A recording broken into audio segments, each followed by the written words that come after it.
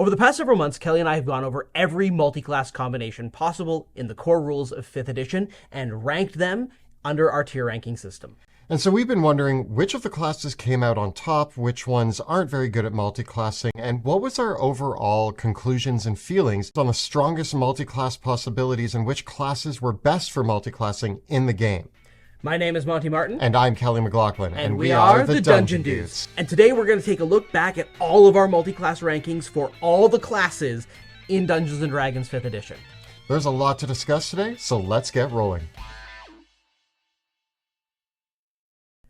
But before we get into the rankings, this week's episode is sponsored by The Wanderer's Guide to Enchanted Emporiums, which is launching now on Kickstarter. It's a standalone sequel to the hit sourcebook The Wanderer's Guide to Merchants and Magic. This book offers a variety of new magic items and magic items shops for you to explore in your games. First and foremost, the book offers rules, guidelines, and price lists for magic items in 5th edition campaigns, something that has been sorely needed in the game rules.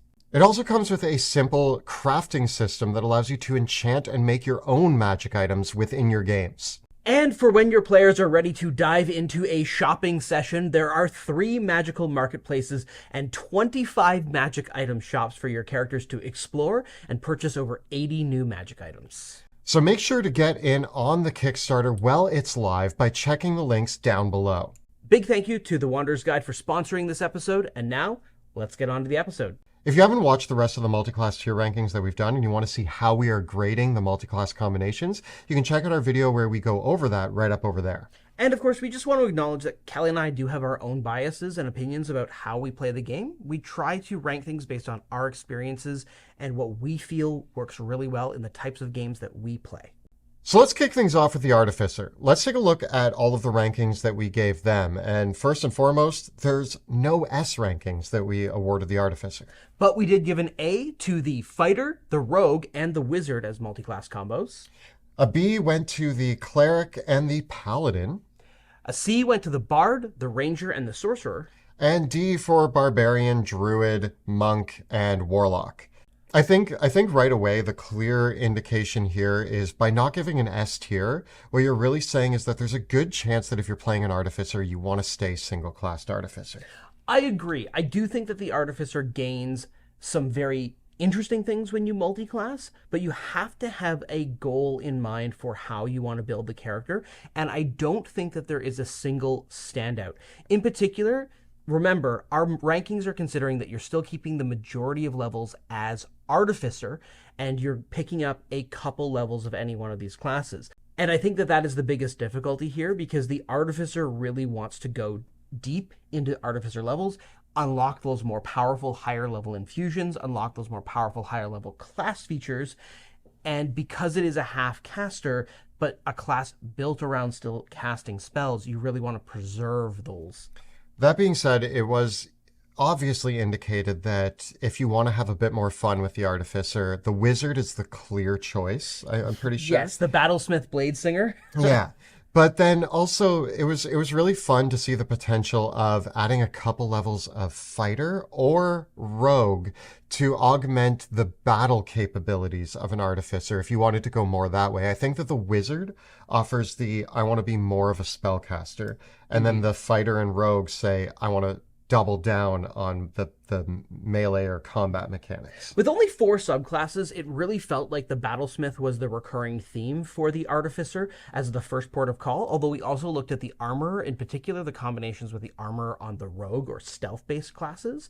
I do think that the Artillerist and the Alchemist offer the least potential for multiclassing with the Artificer, and those 2 subclasses are going to be the ones you're more likely going to want to stay single class with as your Artificer. So with the Artificer, what multiclass combination would you want to play? It's not even necessarily what you think is the best. What would you want to play at the table? I think the stealth mode Armorer is the way that I would go. I would take a couple levels of Rogue so that I had cunning action and the expertise in stealth, thieves' tools, take the stealth armor, really go full-on infiltrator mode. I 100% thought you were going to say Blade Singer. I, too, am going to go with the Rogue Artificer. I just think it sounds the most interesting to me. I love the stealth suit idea and the ability to sneak attack with your with your ranged attacks in the suit.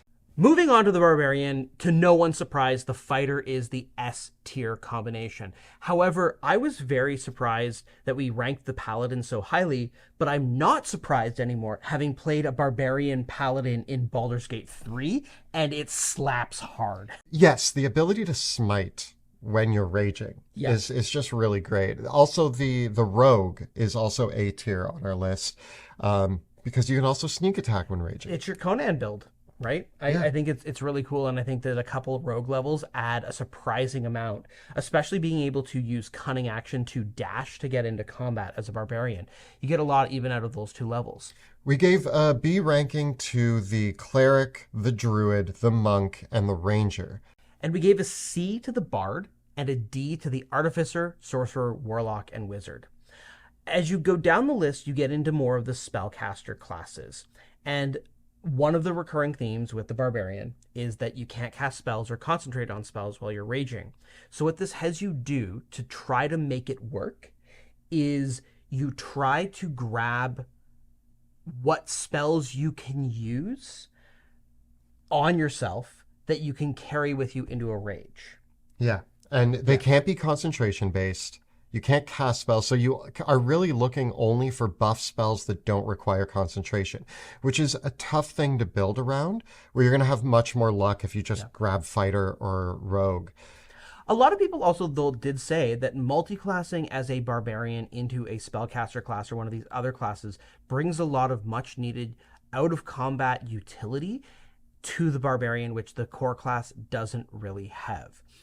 And I do agree with that. I think that that is an absolute factor there. I just think that the Rogue kind of gives you what you're looking for there by giving you the extra skill proficiencies and giving you the expertise skills that you are looking for. And it still feels to me very diluted. Yeah. And so, yes, you gain some versatility, but it comes at a cost. And with everything, you have to weigh the cost. Is that worth it to you? In my opinion, it's not.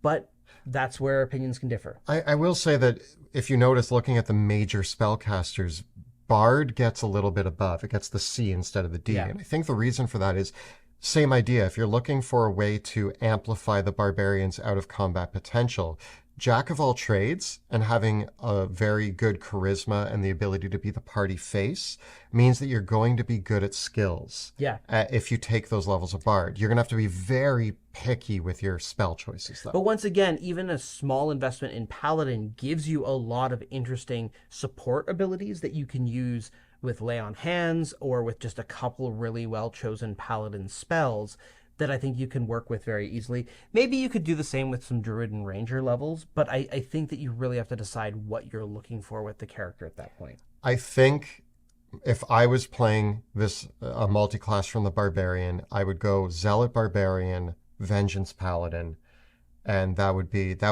my jam. I think that's the one I'm most excited for. Yeah, I think that would be super cool. Moving on to the Bard. The Bard only got one S-tier combination, and that's going to be the Warlock. And that's really for the one level dip for the Swords Bard Hexblade. I think that one of the things that really struck me about looking at the Bard is it's such a versatile class inherently that it's surprising how little the Bard gains from multiclassing deeply. And it came up time and time again that it's almost like that the Bard is inherently the Jack of all trades class. You just want to keep going forward as a Bard rather than necessarily picking up levels of something else. Yeah. We did give an A, though, to Cleric, Paladin, and Sorcerer, with a B to Fighter and Rogue. We gave a C to the Artificer and the Ranger, and D rankings to Barbarian, Druid, Monk, and Wizard. I think the key here is if you look at the Paladin and Sorcerer who both got A ranks, it's because they're also charisma-based. Totally. Masters. Yeah. 2 levels of Paladin is wonderful. A couple levels of Sorcerer can also add a lot, especially with subtle spell meta magic. And I do really like that 1 level of Life Cleric and going the rest Lore Bard builds. Those are amazing build options, and there's a bunch of different ways that you can build those characters regardless of what the subclass choice is. I will also say that the multi-class tier ranking series has brought to life something that I've been pondering on for a long time. If you go back and watch our subclass tier ranking video, where we rank the Swords Bard very low. Yeah, that's definitely the swing and a miss. We missed on that. I'm playing a Swords Bard in Baldur's Gate 3 and loving it. Yeah. I think I love the Swords Bard, especially as the prime choice for multiclassing. Totally. And I will say that that has opened up a very interesting build between doing. I currently have a Swords Bard 6, Rogue 3, Fighter 2 in Baldur's Gate 3. That build is surprisingly strong as a sharpshooter archer. It reminds me of the Swift Quiver Bard build as well. That shows some interesting ways of building a non-standard combat-oriented bard, but that still has all of these other capabilities in social and utility. That is where you get into really interesting things, although I think that the mechanics of Baldur's Gate 3 make that build work in a way that doesn't reflect in tabletop, although I'd be interested to try it. I do think, though, that the bard has a lot of great potentials for multiclassing. It falls probably around the high middle for me for multiclassing potential in a class. It goes without saying, we gave it the S tier, but the one I'd be most excited to play is I love the Hexblade Swords Bard. It's so fun. I do think there is an argument that the Warlock ranking should get bumped down, and the other three that are in the A tier should get bumped up to A, because that Hexblade Swords Bard is only one build. Whereas the Bard Paladin and the Bard Sorcerer, and to another extent the Bard Cleric, you have a much more wider range of subclass options with those. I just think it's so standout powerful, though, that it's hard to not give it S tier for just that. I mean, you could still take Pact of the Blade. You still could, and I think 2 levels of Warlock just to grab Eldritch Blast and Agonizing Blast on a Bard. It's one of those options that all of a sudden your Bard didn't have a lot of damage dealing options, and just with 2 levels of Warlock, even if you're not doing the Hexblade thing, any Bard can grab those 2 levels of Warlock and be really good as a blaster, so that they have something to do beyond handing out Bardic Inspiration and casting battlefield control spells or whatever. You have a really good attack to default to while you're concentrating on something else. What would you be most excited to play? I think it's still the Hexblade Swords Bard. Yeah, fair. Yeah. So the Cleric was a class that routinely got a B or higher ranking for every other class. But incidentally, we didn't give the Cleric a single S tier multiclass if you're primarily staying as a Cleric and multiclassing into something else. We gave the Fighter an A and the Monk and the Rogue a B. But everything else... I mean, the C ranking is pretty packed here, with the Artificer, Druid, Paladin, Ranger, Warlock, and Wizard all landing in C, and then Barbarian, Bard, and Sorcerer landing in D. The Cleric is very particular. First of all, the options for being a Wisdom-based spellcaster doesn't feel the same as the Charisma-based spellcasters in here, because the only other Wisdom-based spellcaster is Druid, and they don't actually go together very well. Well, and another interesting thing that happened here is we gave the Cleric picking up Bard levels a D, but we gave the Bard picking up Cleric levels an A. But that's what a reversal. Yeah, it's because a Bard with like a single level of Cleric gets you really, really far. But if you're a Cleric with a single level of Bard, it's nothing. Yep. It's very, very true. Very, very true. I think there is an argument to lift the Paladin and the Druid out of the C tier and maybe bump them up to B when combining with the Cleric, because I do think you could make those builds work as a dip, as something that maybe you've got a little bit of build potential there, but I do think it's pretty limited. I think that the Cleric Fighter is just so standout strong, and I would do that over the Paladin. I can see that, because we actually have a lot of synergy in some of the subclass options between those, which I think is kind of exciting. Yeah. The Nature Domain Cleric isn't my favorite, but it does make a good connective tissue theme-wise to something like the Ancient's Paladin or any Druid. I think the one that excites me the most, not an optimal build necessarily, but we did give the Monk a B. I think I'm very interested in playing something like a Shadow Monk with the Twilight Cleric. Yeah, that is. I think that there's potential there for a really good balanced build between the cleric and the monk, because you can do this character that is going in, stunning people with stunning strikes while they're being swallowed up in spirit guardians. Yeah. Yeah. Yeah, so I want to try the Spirit Guardians Monk, and I think that there's some fun to be had there. Moving on to the druid, we gave an A to the barbarian, the cleric, the paladin, and the ranger. Very surprising to think of how highly we gave the paladin and ranger for multiclassing with druid, but I think these were kind of dark horse rankings in both cases. Yeah, I think that we were actually quite surprised with some of the fun that we were able to have multiclassing the druid. We gave a B to the fighter and the monk, and a C to the rogue and sorcerer. The D rankings were the artificer, the bard, the warlock, and the wizard. And so coming back to the top of things, the barbarian druid build as the tanky bear, the bear totem, bear barbarian, bear, all bears all the time. You're wild shaping into a bear, you're going into a rage, you're taking the bear totem. It's great. It's a very specialized, strong, frontline tanky build that combines two great features, rage and wild shape, very, very well. It's very strong at low levels. I do feel it drops off as you level up a little bit more, but it remains a solid option and one that feels very flavorful. I found the other A tiers that we gave really unique and interesting. The cleric, we just talked about the cleric druid. There is some connective tissue there. And if you're going most of the way druid, the cleric can just give you access to more spells and a few divine features that I think are actually beneficial. Yeah, the cleric dip is going to just add a little bit more to your druid's arsenal. It's going to give you some channel divinity powers, and it's a very natural ability score match.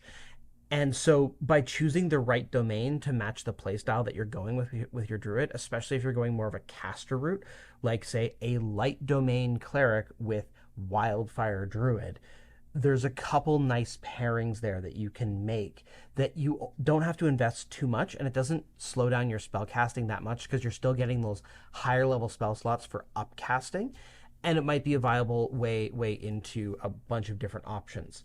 When we looked at the paladin, I think the big kind of standout there was this idea of, well, what if you're a bear that smites? Yeah, and I mean that's so fun to picture. Now, the other thing that Ranger is also in the A tier here, and I think the one that I'm most excited to play is the silly Beastmaster.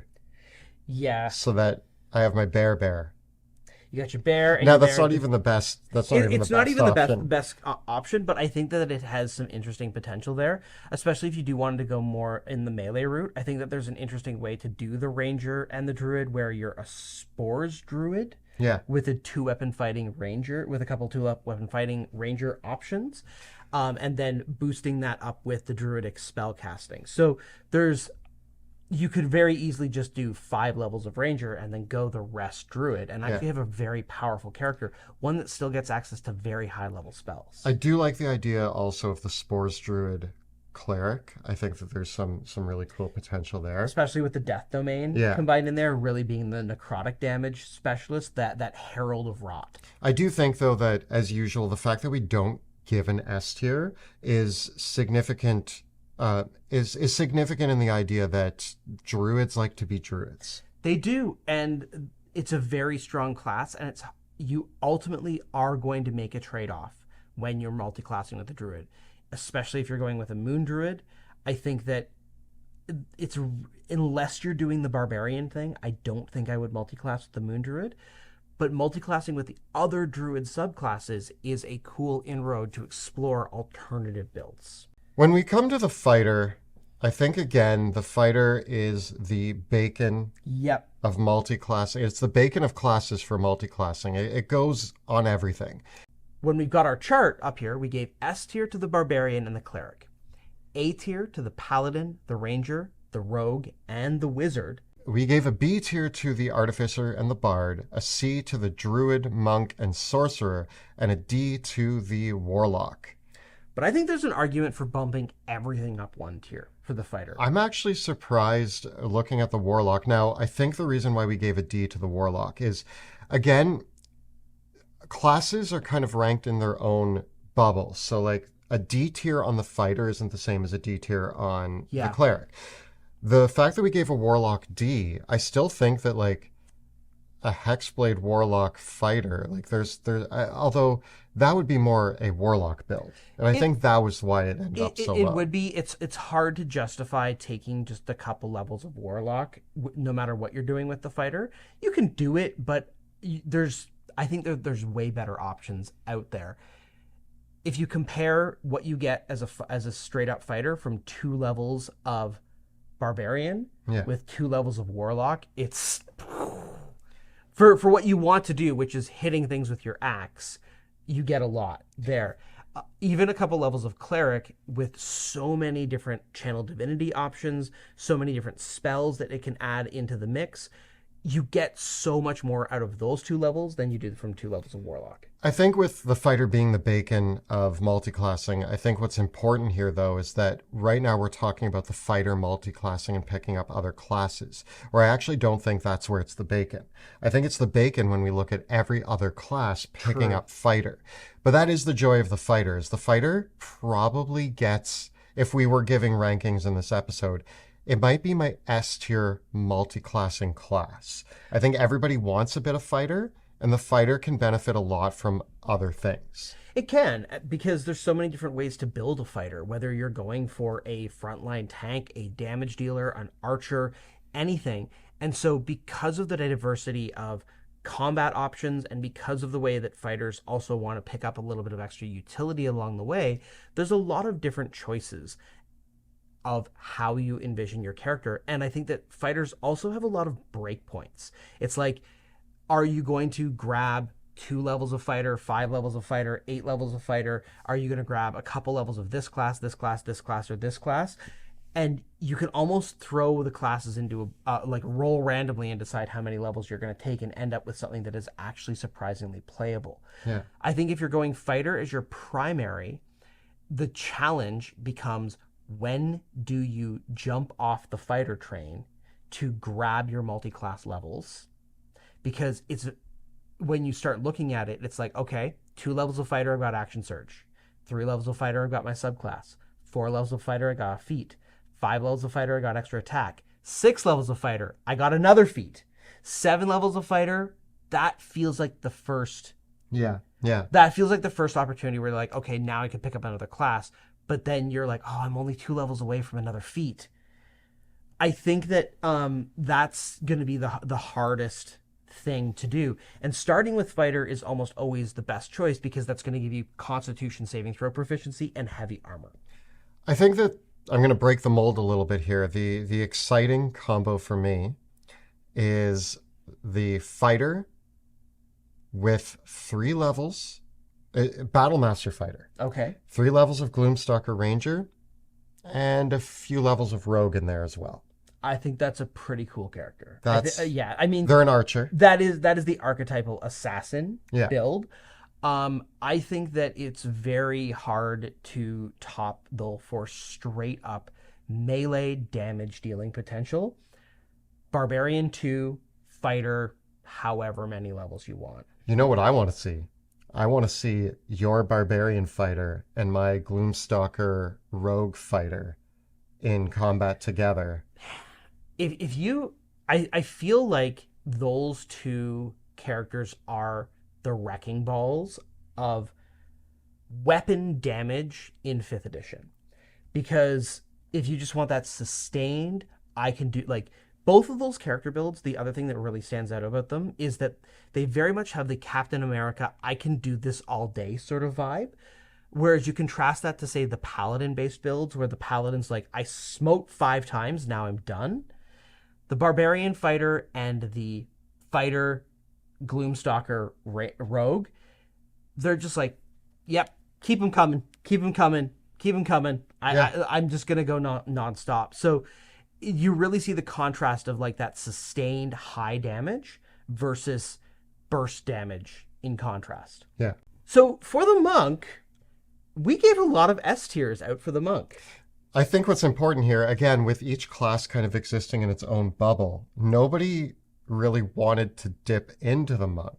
But the monk loves taking 5 levels of itself, then grabbing 5 levels of something else. Let's be real. I know that we rag on the monk a lot on this channel, and I want to be very specific. I think the first 5 or 6 levels of monk are great. They're so fun. They're so cool.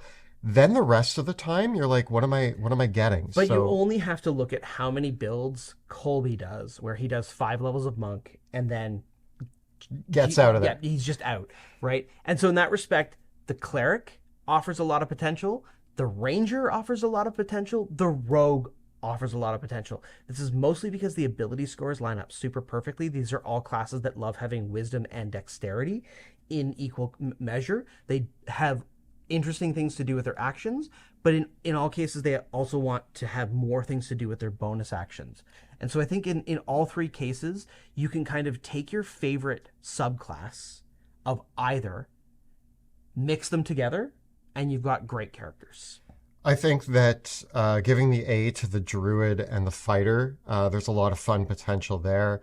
The monk, who then switches into barbarian, is really fun. So we gave barbarian the B. When we move into, you can tell the spellcastery classes are the ones who want to wear a lot of armor. Mostly spellcasters, though. C gets the sorcerer, the warlock, and the wizard. D with the artificer, the bard, and the paladin. None of these really offer us a lot. The Paladin is down there because there's too much of a mismatch with the ability scores. And then spellcasters and monks don't really work. I'm going to, again, I know we're trying to not make these rankings based on Baldur's Gate 3 in any way, shape, or form. It's all we talk I do want to say that Baldur's Gate 3's implementation of Tavern Brawler makes the strength-based monk viable and opens up all these things like the barbarian monk and opens up really cool stuff with thrown weapons and strength-based monks. And having now tried those builds out with Karlach in Baldur's Gate 3, I just wish you could make that work in tabletop. I really do. It's pretty overpowered even in the context of Baldur's Gate 3, because Karlach just throws that returning. It's combined also with the magic items that are in the game. Yeah. But it is one of those things where like I look at the barbarian monk and go, okay, that could be really cool. I really like the idea of the strength-based monk. And Baldur's Gate 3 gave me the taste of what that could look like if it were allowed in tabletop, and I like it. I like that. Like, it's like those are 2 flavors that you're like, oh man, you know how it's like one of those things where someone tells you, have you ever had a deep fried Mars bar? And you're like, that sounds gross. And then you have one, and you're like, this is gross, but I love it in like a hate myself sort of way. I mean, have you ever had deep fried butter? Yeah. No, I don't want to have deep fried butter. You say that. That would be my doom. Until you have deep fried butter. My build, my favorite build here, also been playing a lot of Baldur's Gate 3, so there might be some parallels here. Not from a character build, but just from the themes. Yeah. I want to play a Githyanki, monk, ranger, the ranger being the dragon riding ranger. Right. The dragon monk and the dragon ranger as Githyanki Red Dragon Rider. Yes. Cool. That's what I want to play. I think the Shadow Monk Arcane Trickster. Shadow Monk Gloomstalker as well. Yeah, Shadow Monk Gloomstalker. Just embrace the darkness. Yeah, so for me it's Ranger. I have 2 potential builds. I want to be either a Dragon Rider or complete Shadow Gloomstalker. Yeah. I think those are both really cool options and could be really strong characters. Moving on to the Paladin. We gave the S tier to both the Bard and the Sorcerer, and I think both of those are very well deserved. With A to the Barbarian, the Fighter, and the Warlock. We gave a B to the Cleric and Rogue, a C to the Artificer and Druid, and a D to the Monk, Ranger, and Wizard. I feel guilty that we gave the Warlock an A, and I think it should be S. I think that we made the wrong call there by only making it A. I think it is S. I think our argument was that it didn't come online until high levels, and it was only the Hexblade. I think that's why it landed in A. Yeah. You couldn't tell me, like, there were other options, but none of the options were as powerful as one. So there's one, I think that was the discussion in the episode, was there's one Warlock Paladin build that is absolutely the most S tier. But all the rest of the Warlocks, yeah, you might get Eldritch Blast on your Paladin, but like, you don't really, Eldritch Blast is like an alternative to I can't reach the enemy. Yeah, but that's really good. But I also have Javelins. Yeah, it's true. But I do think that it is really good, and I think that that's the one maybe revision that I might make here if I was going to make a revision. I'm not going to revise it because I still think there's an S tier build in there, but overall the Warlock combo is an A. That's just my take. But I remembered as we were talking about this why it landed where it landed, but it is deceiving because you look at Warlock Paladin and the first thing that pops into your head is Hexblade, and you're like, why is that A, not S? Paladin Sorcerer is really strong. Yeah. And the Paladin can get a lot out of just a couple levels of Bard. The Paladin Swords Bard can be a lot of fun. For myself, at the end of the day, having played the Hexblade Paladin, it's still my favorite. I love it. It's amazing. I love that it feels like the main character. I hate saying that, but it feels like the main character build. This is another twofer that I'd like to see both of us playing at the same time with these characters. You go the Witch Knight. I'm going with the head of a knightly order, and he's the charismatic swords bard. I don't know what paladin I would pick. I want it, like, it's my least favorite, but I feel like there's for storytelling purposes, not for mechanical purposes. Oath of the Crown, swords bard. Oath of the Crown is not my favorite paladin by any means, but I like the idea of me being the, like, captain of the King's Guard, sworn an oath to the king to protect them. And so I'm the charismatic front man of this, like, knightly order. It just sounds very cool to me, even if I'm not the best, because I mean, technically I could role play that with any paladin, but let's just go for theme over mechanics and say swords bard, Oath of Crown paladin. Nice. Our ranger ranking gave the S tier to the fighter and the rogue, and we already talked about the fighter, rogue, ranger. Yeah, I think no arguments there. No, and that's still my favorite build for this. Yeah. A goes to the monk, and again, I think we already talked about that too. Is this the highest monk ranking? I think so. I think the monk ranger, because they mirror each other with ability scores, and there's a lot of fun potential. B goes to the barbarian, the cleric, and the druid. C to the artificer and the sorcerer, and quite a few down at the bottom here with spellcasters. We got the D ranking for the bard, the paladin, the warlock, and the wizard. I think the only reason why the sorcerer didn't get D was because we said that there could be some cool meta magic stuff that you could do by having subtle spell on a ranger for stealth missions. Yes. Yeah, and I think that raised them up to a C because there was a few potential builds that we could make there. And the artificer is not in the D tier because we still love the idea of having the battlesmith beastmaster or the battle beast mastersmith. Yeah. And having your robot bear and your bear. Now, there's a lot of conflict there with, like, what's happening with your bonus action. It's not a good build. It sounds awesome. It's fun. But I don't think that character works very, very well. I think that ultimately the strong stuff here is the classic ranger rogue and the ranger fighter. Now, my actual favorite build here, I've already talked, obviously, about when we were talking about the fighter, and I said fighter, ranger, rogue. But I want to go a little bit different here because we're ranger main. Yeah. My favorite build is the pushing potential of a Swarmkeeper Ranger and a Battle Master Fighter. Swarmkeeper Ranger has the ability that on any attack, they can cause the target to make a saving throw or get pushed 15 feet.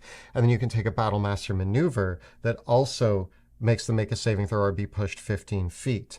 And then if you take the telekinetic feat on top of that, Yeah. you can push a target 35 feet. They have to fail three saving throws, but if they do, you can shoot them once and push them 35 feet off of a ledge that they didn't even think they were near. So it's the push build. I love it. I think the Gloomstalker 5, Fighter 2, Assassin 3. Oof. Like, it gets the surprise round and just destroys the world. It's so good. And yeah, it's one of the one places where like the Assassin Rogue really sings. It is your classic stealth archer build. And if you've never DM'd for it, you're fortunate. Because it's very hard to balance combat encounters with a character like that in your party, because they will just snipe out whatever the biggest threat is on the battlefield. When we come to the Rogue, there's a few S tier builds with the Rogue. We have Druid, Fighter, and Ranger up in the S tier. So the S tier for Druid is because we love the idea of the Assassin Rat. Assassin Rat wins. Assassin Rat, totally. It's the wild shaping into a small creature to aid your infiltration. The Druid also brings spells like Pass Without Trace that you can stack on top of stealth expertise. I think it's super cool.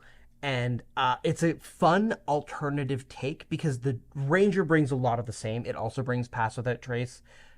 But you can't be an Assassin Rat. You can't be an Assassin Rat. No, this is a very rare case, and I actually think right away my winner is the Assassin Rat. Yeah. Because it's just so unique. But it's the only time that the Druid really rises to the S tier for a multiclass. Yeah. In A, we gave the Artificer, Bard, Cleric, Monk, and Wizard, with B going to the Barbarian, the Paladin, and the Sorcerer, a C to the Warlock, and we didn't give a D. Which makes it seem like the Rogue loves to multiclass. The Rogue totally does, because you've got a lot of exit points for the Rogue as well, where you can pick up those extra levels. You can decide how many levels of another class you want to take. The Rogue loves taking 5 levels of another class that gives it extra attack, like taking 5 levels of Fighter or taking 5 levels of Ranger. But then you can go the rest of Rogue from that point onward, just like Jill has done with Vea, which is her Ranger Rogue. Yeah, I think other than Assassin Rat, the Ranger seems like the most obvious choice. And it's interesting that I've said that now for 3 classes, so I think the Ranger also offers a very good potential for multiclassing. You know where it comes down to? It's like the Dexterity Wisdom classes and the Charisma classes and anybody that can be fighty and the Marshals. Those are kind of like the 3 pools of multiclassing that you've got a lot of potential to draw on. The caster multiclassing is not really a thing in 5th edition because of the way the spellcasting mechanics work around multiclassing. Unless you're charisma based. And again, that's the exception, right? That's why I say it's the charisma casters, the Marshals more broadly, and like the Dexterity Wisdom sort of classes. Yeah. When we come to the Sorcerer got Warlock and Paladin as S tier potential, but didn't get any A's. The Sorcerer is the basis for 2 of the strongest multi-class combinations in the game. The Sorlock, or the Sorcerer Warlock, and the Paladin Sorcerer. Having played both, they are insanely good. And that's the interesting thing about this, is those are the two of the most powerful and potent multi-class combinations in the entire game. Everything else falls well below it, which is why you can actually see on the chart a gap. And then everything else falls into the B, C, or D ranking. We gave the B to the Bard, Cleric, Fighter, and Rogue, the C to the Artificer and the Wizard, and the D to the Barbarian, Druid, Monk, and Ranger. And I think really all of those just fall to the wayside when, if you're thinking of multiclassing the Sorcerer, you're probably already thinking of either the Sorlock or the Sorcerer. Yeah, it is so strong. But all these character builds, and that is even before you get into the slew of broken interactions Yeah. at the S tier. The characters are great, and I think that if you had, I think the party that I perhaps fear the most in 5th edition as a DM would be a Paladin Sorcerer with a Sorlock, with a Hexblade Paladin, and then the Gloomstalker Rogue Fighter. Yeah. I think that might be like an pretty unstoppable party. We should do an all multi-classing play, like a one-shot or something where we build. We should get like Colby in on that. Yeah. And do like everybody build your broken characters. Although we tried that for like a 20th level. I think that we need to do the more like, let's discuss what are the actual broken builds rather than making characters in isolation. Everyone makes the characters together and see just how much it can tear through. For the Sorcerer multiclass, which one would you be most excited to play? I feel like I'm very torn because I have 2 playthroughs happening right now in Baldur's Gate 3. One is a Paladin Sorcerer and one is a Sorlock. But which one are you having more fun with? The Sorlock. It's also the itemization in Baldur's Gate 3. The Sorlock is just broken in Baldur's Gate 3. That's my choice too, not just for Baldur's Gate 3. I mean for D&D as well. But the Sorlock it's so fun. The coffee lock. Yeah. I mean, doing the coffee thing where like you get the infinite spell slot stuff is really pushing it. Like that's where as a DM I'd be like, no. I would only play it at your table in a one-shot with you allowing it and knowing that it's coming. With the Warlock, we actually see something similar. Again, with our S tier, we have the Paladin and the Sorcerer. So it's interesting that with the Sorcerer, we had the Paladin and the Warlock, and now with the Warlock, we have the Paladin. So those 3... There's the trifecta. They're the Triforce they are the Triforce of multiclassing. So we don't need to say much about why the Paladin and the Sorcerer got the S tier. It's the same reasons we just explained. Really, it's just what are you taking more of? In this case, you're taking more Hexblade Warlock, and then you're dipping into either Paladin or Sorcerer. Sorcerer for meta magic, Paladin for some smiting, and go to town. I do think that maybe we overrated Sorcerer for this because I do think that taking 2 levels of Warlock and going the rest Sorcerer, I feel like as you take more Warlock levels, it gets less strong. It's still viable, but it's not as good, I think, as the flip side. Whereas with the Warlock Paladin thing works no matter what the breakdown is. Like you can have 14 levels of Warlock, 6 levels of Paladin. You can do it a more even split. There's a bunch of different ways that you can play it, and they all work. Looking at the chart, we did give an A tier to the Fighter, a B tier to the Barbarian, the Bard, the Cleric, the Ranger, and the Rogue.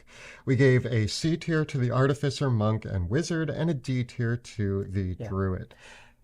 Hexblade picking up 2 levels of fighters is respectable. And that's kind of, when we were looking at the Fighter, the Warlock fell into the D tier. Yeah. And it was like, and even as I was saying it, I was like, well, this is more of a Warlock build. And here we see it, the Warlock build taking Fighter.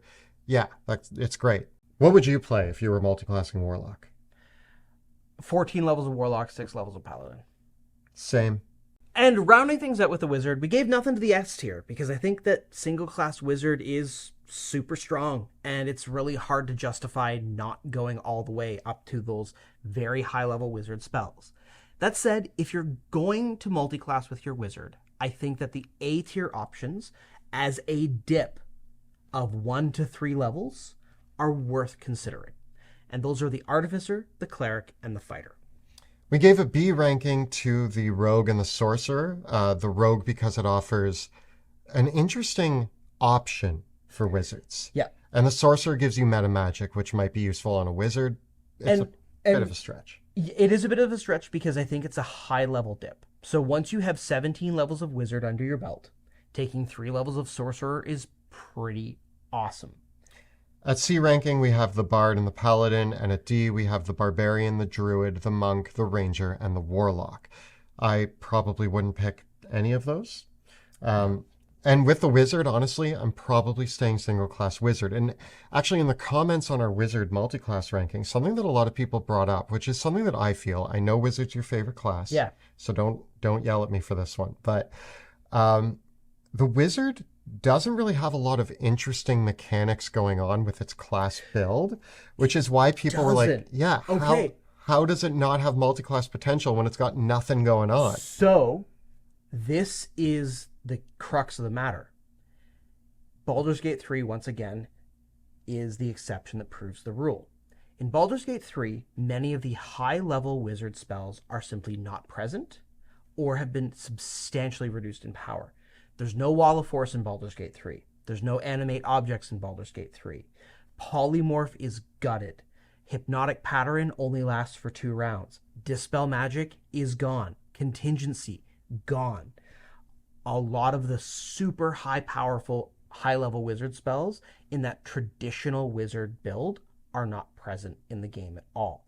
And so what that illustrates, the power of the wizard class is in the spell access. And as soon as you don't have access to those high-level spells, the wizard is just spells. Yeah, the wizard's feature is their spell list. They Yep. get access to spells that nobody else gets access to, and they're the most powerful spells in the game. But without that, they're nothing. And so what ends up happening is when you multi-class the wizard, every step of multi-classing you take has a chance of diminishing your potential to pick up those high-level wizard spells. It's reducing your access to that. And I think that the best example of it, we talked about this in the wizard multi-classing video, is the Blade Singer Battlesmith Artificer. So people really like the potential of that build because it lets you go full intelligence by having 3 levels of Battlesmith so that when you're fighting with a magic weapon, you can use intelligence to attack with. And then you've got the 6 levels of wizard to give you the Blade Singer multi-attack. That's a 9th level character build. And getting to that point is not particularly fun. You have to have the 3 levels of Artificer and the 6 levels of Wizard together to make it work. And before then, you're kind of like just a slightly worse Wizard. And so I think that, and you also have to compare that because that character casts 3rd level spells on the Wizard list, has 4th level spell slots, and you have to weigh that against the value of having access to 5th level Wizard spells. Again, it's a trade-off. I personally think it's a trade-off that's not worth it. But others are free to disagree. I think it's a viable build. It works, and people have played it and give it a thumbs up. I don't rate it, but it works. But it's there. If you were multi-classing the wizard, would your build be the Battlesmith? I would either be that or a 1 level of Cleric. Or 2 levels of Fighter. I want to try the Tempest Domain Cleric and take all electrical spells with my wizard. Yes. That my lightning and thunder damage wizard, probably just an evoker. The Fighter and the Cleric dips are both great. The Sorcerer dip at high levels is also great. The Artificer, pretty good. We're giving it an A because people have highly recommended it, and it comes up again and again. I don't love it myself, but I do think it's worthy of an A. That kind of wraps up our overview on all of the multiclassing and taking a look at it all. Just one last question that I kind of want to answer. If you had to pick 3 classes that you think offer the most multiclassing potential, what are they? Sorcerer, Warlock, and Paladin. Wow. I was going to go Fighter, Cleric, and Warlock. I think that the Sorcerer, Warlock, Paladin combinations overall, Yeah. Even though the Fighter and the Cleric pair wonderfully with everything. And that's why I'm giving them like the S tier for multiclassing, is Okay. if I was giving an S tier for multiclassing potential, mine goes to the Fighter, the Cleric, and the Warlock. Warlock because it just blends so well with so many things, and then Fighter and Cleric because anybody can take them. I think for me, it's just that those 3 charisma classes offer so many different builds and so many different options that also result in very powerful characters. I think that there's a lot of places where you can take a level of Cleric or 2 levels of Fighter and they'll go with almost everything, but it doesn't necessarily produce something that is insanely powerful. right? Fair. Whereas I mean, I think Action Surge is insanely powerful in a lot of cases. I totally agree with you. I just think that the Warlock, the Triforce of the Warlock, Sorcerer, and Paladin, the three combinations that are possible between those three classes, first of all, give you a huge range of build diversity just between the three of them, and a huge range of power that can play at all pillars of play, including role-playing, social interaction, and combat. All right, here's I think the deal. Classes that are excellent for multiclassing: Fighter, Cleric, Warlock, Sorcerer, Rogue, and Paladin. Yep. Classes that should not be multiclassed unless you're really trying something, for me, Druid and Wizard. For me, I would add Artificer to that. The Druid, the Wizard, and the Artificer, you have to really decide what are you doing before you multiclass those three. So the ones that we mentioned, those are like, yes, multiclass. The ones down here are the probably don't multiclass. Single class might suit you better.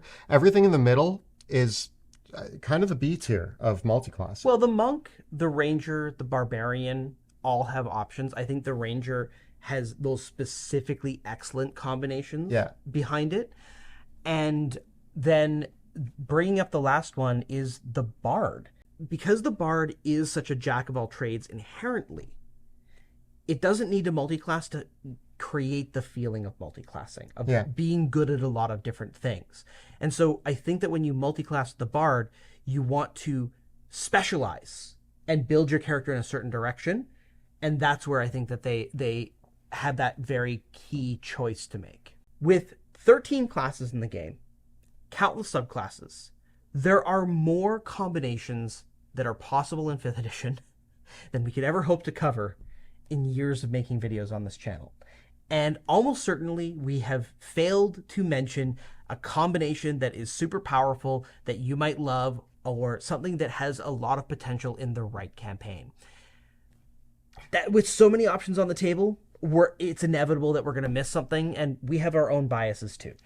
I think that we should start talking on this channel about the three-way combinations soon, because I have a few videos I want to make on that. I want to hear, though, no matter how many different classes it is that you're combining, in the broad scheme of multiclassing, what is the most powerful multiclass combination that you have made? Whether it's 2, 3, or 4 or more classes combined together. Tell us about your builds in the comments below. The videos that we create on our channel are made possible thanks to the incredible generosity of our Patreon supporters. If you enjoy the work that we do here on YouTube, please consider becoming a patron of the show by following the links down below. And if you want to see a Ranger Rogue destroying combat encounters, check out our live play in the Worlds of Drakenheim, which airs Tuesday evenings on Twitch. You can find all the previous episodes right up over here. And we've got plenty more tier ranking content that you can watch the whole archive right back up over here. Please subscribe to our channel, like this video, and ring that bell so that you never miss an episode. Thanks so much for watching. We'll see you next time in the dungeon.